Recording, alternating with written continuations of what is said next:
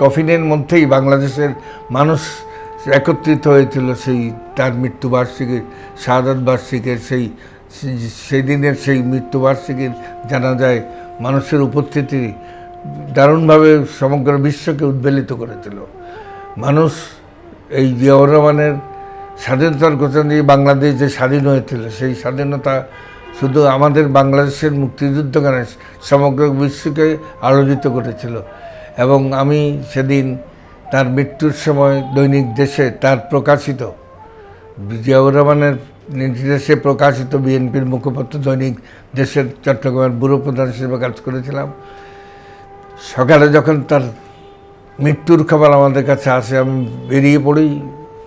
সমগ্র চট্টগ্রামের রাস্তায় হাজার হাজার লক্ষ লক্ষ মানুষের সেই যে জনস্রোত সার্কিট হাউসের অভিমুখে, একটা অবিশ্বাস্য দৃশ্য। তার মৃত্যুর আগের দিন আমি সার্কিট হাউসে তখন ঢুকতে পারি, আমি সাংবাদিক হিসেবে যাওয়ার সুযোগ হচ্ছিল বিএনপি নেতা আবদুল্লাহ রহমানের সাথে। তিনি আমাদেরকে দেখে কেমন আছেন একটি প্রশ্ন করেছে। সেই নির্মল প্রশ্ন এবং নির্মল হাসি, চমৎকার সামরিক কায়দায় তার সেলুট নেওয়া আজও মানুষের সবার মনে স্মৃতি জাগ্রত হয়ে থাকবে। এবং স্বাধীনতার ঘোষক জিয়াউর রহমানের 45তম শাহাদাত বার্ষিকী, আমি তার এই শাহাদাত বার্ষিকী তার স্মৃতির প্রতি শ্রদ্ধা এবং তার আত্মার প্রতি মাগফিরাত কামনা করছি।